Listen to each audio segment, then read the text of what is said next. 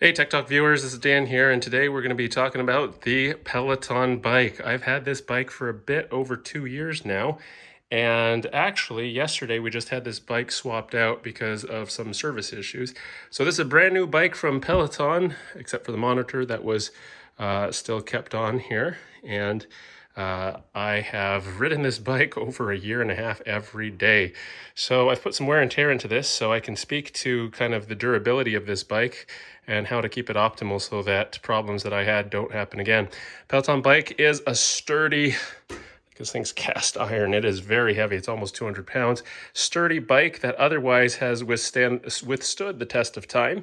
It works using a system of magnets. So you'll see over here that we have a set of magnets over this disc that spins as you pedal. This is all connected to a monitor. The monitor measures your resistance, your output, and everything is controlled as far as difficulty by the resistance knob.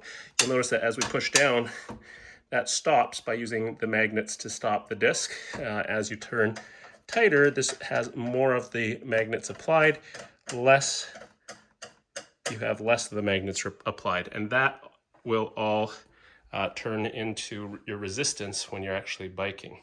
Now, these pedals that come with the standard Peloton bike are clips, and these clips require shoes, but you can get these adapters for any brand of shoes, okay? So these Peloton, if you search up Peloton adapters, as long as these screw in to any shoes that you do have, you can use these for the clips. Now, the clips help maintain your work of riding.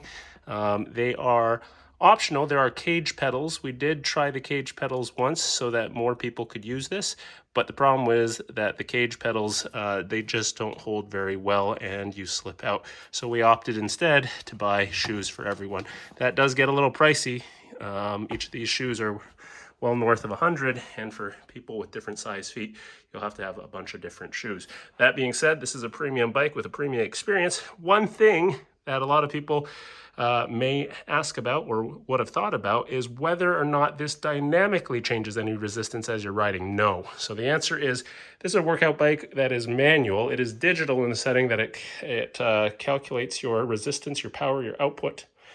But as far as how difficult you set your ride, it's totally up to you. Now, the workouts that you'll see in a bit, as I'll demonstrate, do have segments where they switch to weights, so you can put your weights on the back rack there, and they have some small weights that you can use, some pretty light ones. I think these are 2 pounds, 3 pounds, my bad, 3 pounds, and they do sit right back here so that you can pull back and use these weights. But frankly, any arm workout with 3-pound weights is somewhat minimal. So, we have heavier weights over there. I usually skip the arms.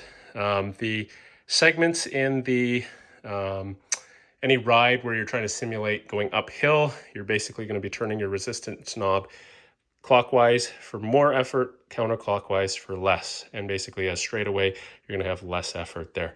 But having biked day in, day out every day, and you'll see my record in a second here, I just basically set it at 75 for a constant burn for an hour. And that's how I get my workouts every day. If you like to go up and down hills, well, then you can match your instructor accordingly, according to the difficulty in the class.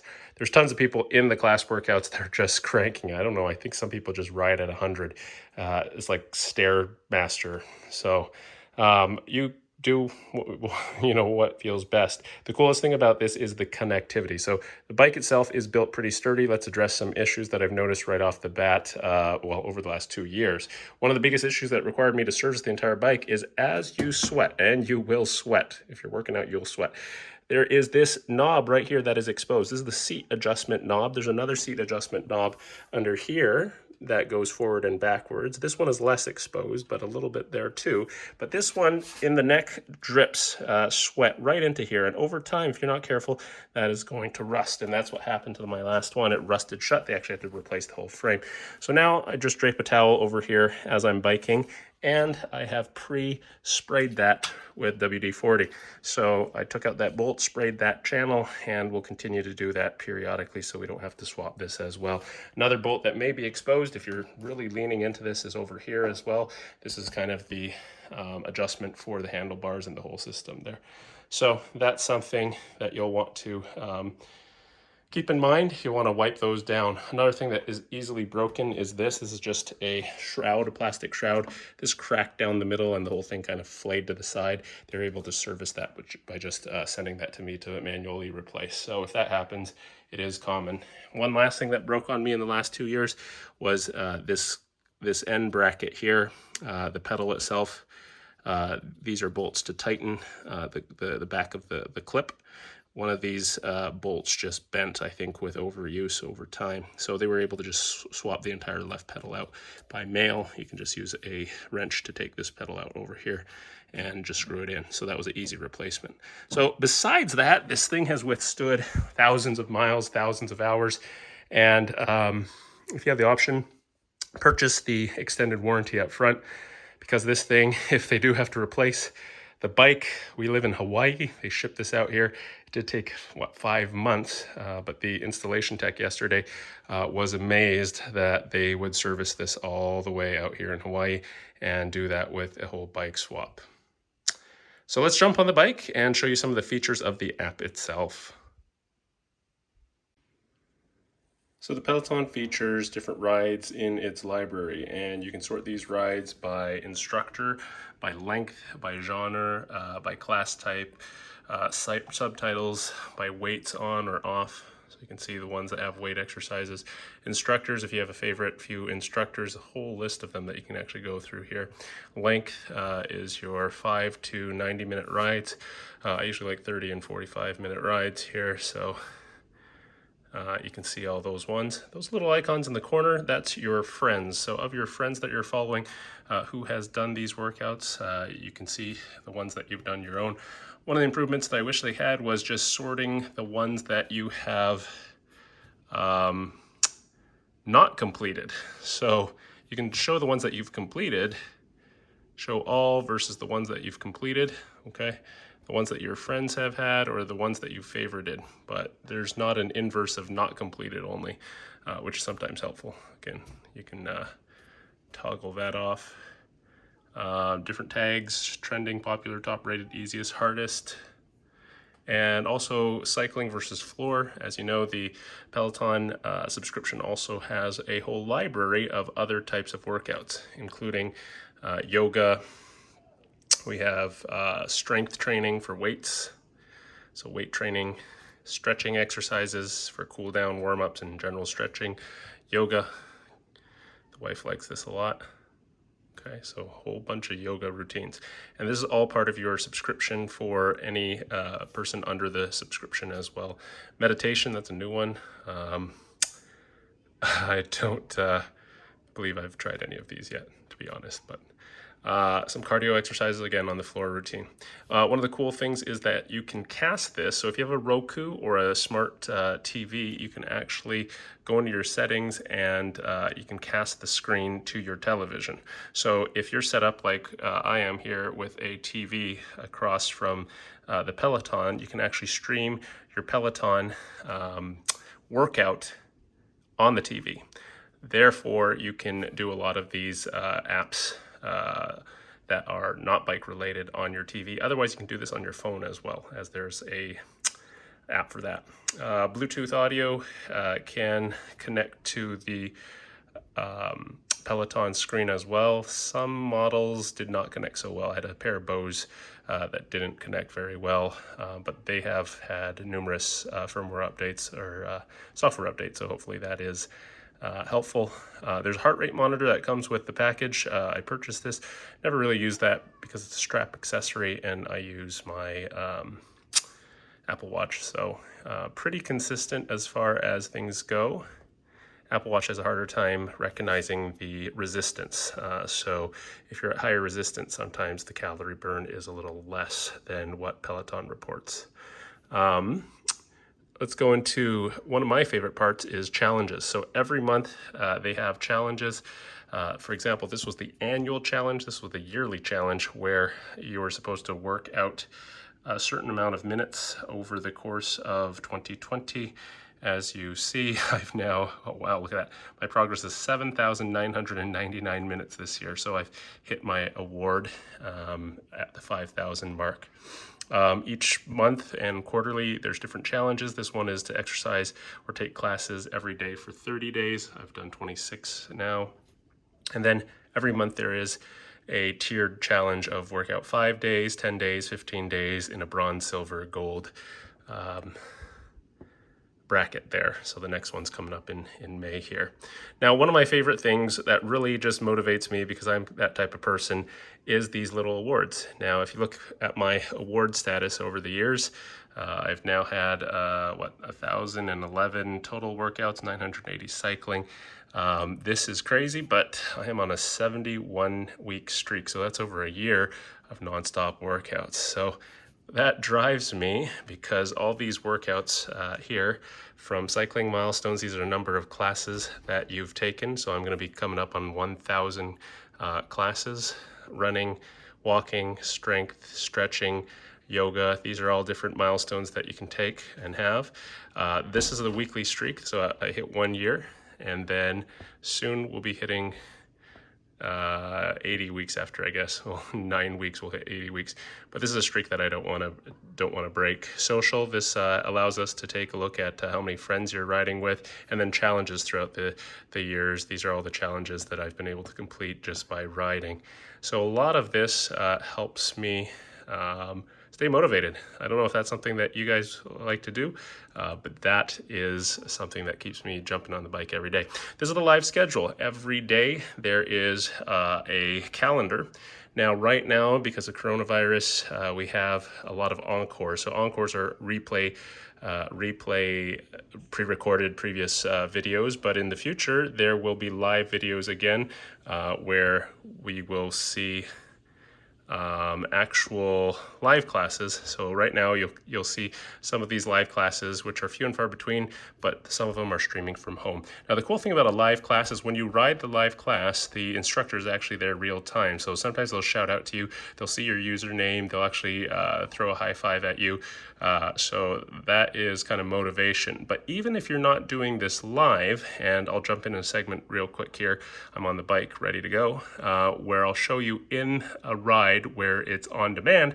Some people may still be taking it live that you can interact with, versus it's sort of like Mario Kart racing. You're ghosting or playing the ghost of your previous riders. So all along the way, there's still competition, but asynchronously. Those are people that already have ridden that routine, and their times and their metrics that you can always go in and take a look at.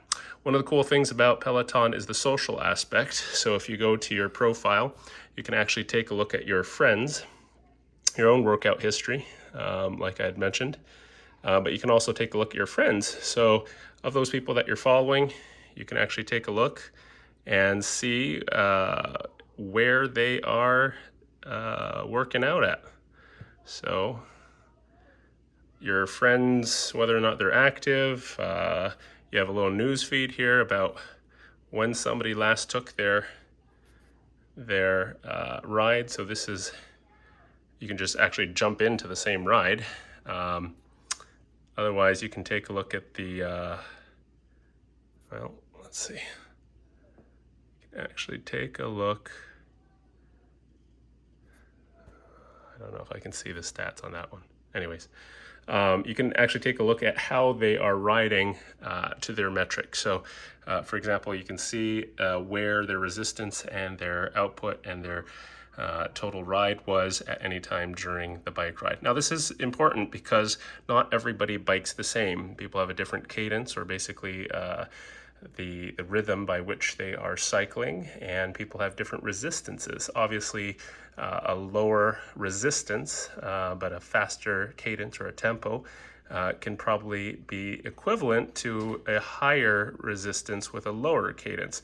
So the normalizing factor in how you're ranked on your leaderboard and your workout is your power output. Okay, so let's jump into a ride here real quick, and I'll demonstrate in real life how this goes by taking a look at a ride that, let's see, I haven't done a ride, going back in the catalog here, there's one, beginner ride, where we'll just jump right in. There's music. Because of copyright, I've turned that off right now. I've muted that, but we can go ahead and start our ride. And you can see down here, that's our total output, our resistance, and our cadence. So you'll see that the cadence here is the tempo by which we are riding. The output is the number of watts, which is basically resistance times cadence. And the output is what you are going to be ranked against everybody else. So here now, there looks like a couple of people actually riding here. So as we get started biking on the bike, you can notice that my cadence is basically 56 revolutions per minute. At a resistance of 75, I'm generating 200 and something watts. And that's how we are going to rank ourselves against the others. So I'll get through this workout. You can take a look at some people. You can see their stats right now. So their output in watts is only 57. Their cadence is 58. Their resistance is 40. You can follow them. Your friends, you can even video chat at the same time. If you tap on their icons, you can actually send them high fives in real time, which is a nice social aspect to say, hey, we're in this together. And if you're lucky, somebody's gonna high five you back right there. That was in real life, in real time. So that's kind of how Peloton goes. As I get started this workout, let me finish this workout and we'll continue this review. Now, one of the things I forgot to mention as I was on the bike, I just finished the workout, is that if you don't want to do classes, there is something that a lot of people may like. You go to more here, and these are just ride, and you could just pedal away. Just looking at metrics, I don't know who wants to do that, but let's take a look at scenic rides. Scenic rides are pretty cool. They're pre-filmed like GoPro videos of scenic hikes throughout the world. And there are a bunch of places that you can go take a look at. And as you ride through some of these, you'll see some of these are actually very famous and scenic places.